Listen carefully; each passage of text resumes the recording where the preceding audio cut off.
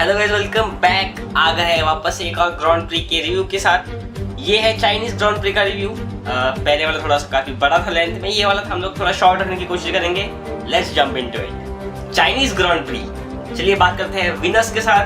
पियास्ट्री जीत गया है race. What a drive man, मतलब डिजर्विंग था, बहुत बेहतरीन ड्राइव किया। बात करें नॉरिस की, रेस खत्म भी हो गई कि नहीं, क्योंकि उसके ब्रेक्स फेल हो चुके थे।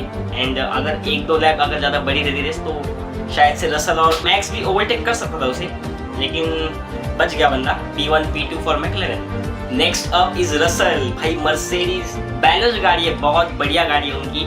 रसल ऑलमोस्ट P2 था, भाई वो P3 कंसिस्टेंट लाएगा ना बंदा।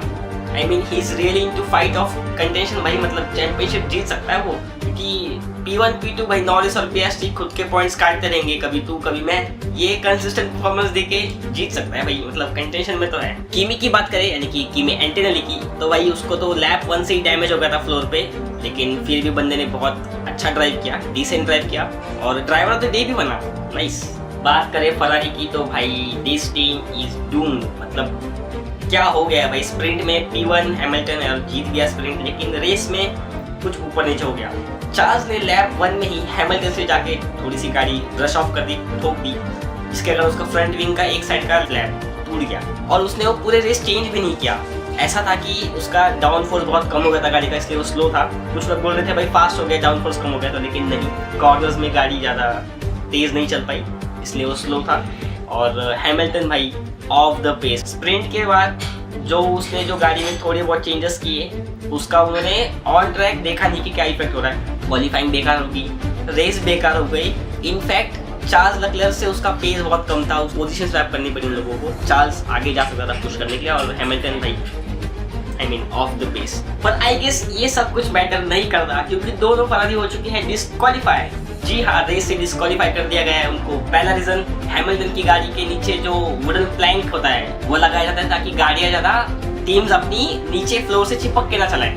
वो प्लैंक का साइज होता है थिकनेस 0.9 mm और उसका निकला 0.85 mm। सोचो 0.05 mm से गाड़ी डिस्क्वालीफाई हो गई। फॉर द रेफरेंस, घर में जो आप स्केल इस्तेमाल करते हो उसका जो ब्रेथ होता है यानी कि थिकनेस, उससे कम लेवल के मार्जिन से उसको डिस्क्वालीफाई कर दिया गया है। I mean there should be some line, लेकिन इट्स हार्श।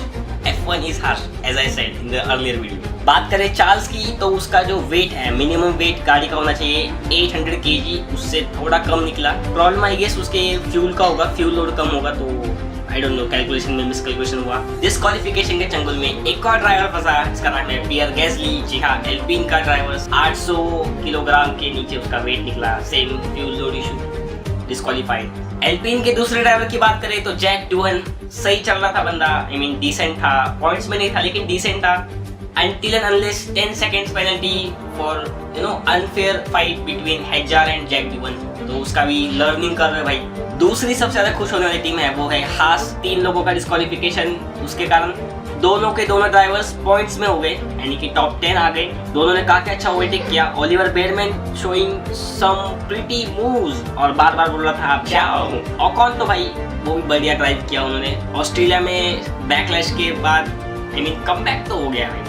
नेक्स्ट टीम है हमारी विलियम्स। एल्बॉन का भाई बर्थडे था उस दिन और उसने बर्थडे के दिन तहलका मचा दिया।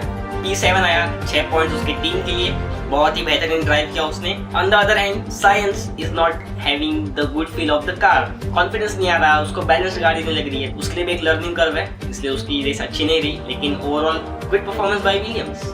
एक और टीम जो फरारी के नक्शे कदम पे चल रही है स्ट्रेटेजी के मामले में, वो है रेसिंग बुल्स। दोनों ड्राइवर ने काफी बेहतरीन क्वालिफाई किया था, टॉप 10 थे। स्ट्रेटेजी ने भाई उन्होंने पूरा खेल बिगाड़ दिया, दोनों भी आउट ऑफ पॉइंट चले गए। ये सब कम था, यूकी सिनोडा का भाई फ्रंट विंग टूट गया आउट ऑफ नोवेयर। इससे आप समझ सकते हो कितना ज्यादा हैवी लोड होगा। और बात करें हेजार की, तो अच्छा ड्राइव किया, रुकी है, समझ सकते हैं, बहुत बेहतरीन ड्राइव। अगर स्ट्रेटेजी नहीं होती तो पॉइंट्स उनको भी मिल सकते थे आज। लेकिन उससे भी बड़ी खबर है, लियम लॉसन और यूकी सिनोडा को स्वैप किया जाएगा। जी हाँ, वही लियम लॉसन जो P20, P18, P20 आ रहा था, उसे स्वैप कर दिया जाएगा रेसिंग बुल्स के इसमें, और यूकी सिनोडा जा रहा है रेड बुल में। रेड बुल की बात करें तो मैक्स वर्स्टैपन पहले स्टिंट में यानी कि मीडियम टायर पे अच्छा नहीं कर रहा था परफॉर्म, बहुत पीछे छूट गया था, लेकिन जैसे ही हार्ड टायर पे शिफ्ट किया भाई ये वापस भागना शुरू कर दिया और एट द एंड दोनों फरारीज को ओवरटेक भी कर दिया। सो P4 फॉर हिम और still in the fight for championship. Next team is Aston Martin. Alonso की बात करें तो उसका ब्रेक खराब हो गया ड्यू टू ओवरहीटिंग और उसे होना पड़ा DNF फ्रॉम द रेस। दूसरे ड्राइवर की बात करें स्ट्रोल की, तो भाई इस रेस में भी उसने पॉइंट्स लाया भाई, 2 पॉइंट्स अपनी टीम के लिए। आई मीन नेक्स्ट ईयर की तैयारी जम के हो रही है भाई, एड्रियन न्यूवी की गाड़ी में मचाएंगे लोग। और सबसे लास्ट साउबर, लास्ट सीजन की तरह वॉल्टर की बात करें तो लैप 1 में ही वो घूम गया और ग्रेवल में जाके चला गया। उसके बाद से भाई उसका कमबैक तो मुश्किल था। हल्कनबर्ग भी इतना कॉन्फिडेंस नहीं दिखा रहा गाड़ी में। साउबर इज डामाडोल भाई, थोड़ा आगे पीछे हो रहा है उनकी तरफ से। Hope so they improve. That's it for today's video। अगला है जापानीज ग्रांड प्री, मिलते हैं उसमें। Till then peace out.